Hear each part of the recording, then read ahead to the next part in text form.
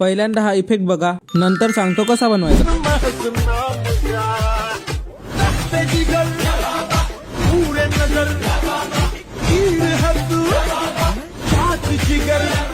तर याला म्हणतात स्मूथ कटआउट ट्रान्झिशन। आता हा कसा बनवायचा चला तर 2 मिनिटात सांगतो। तर सर्वात आधी कॅपकटमध्ये क्लिप्स इम्पोर्ट करून घ्यायचे।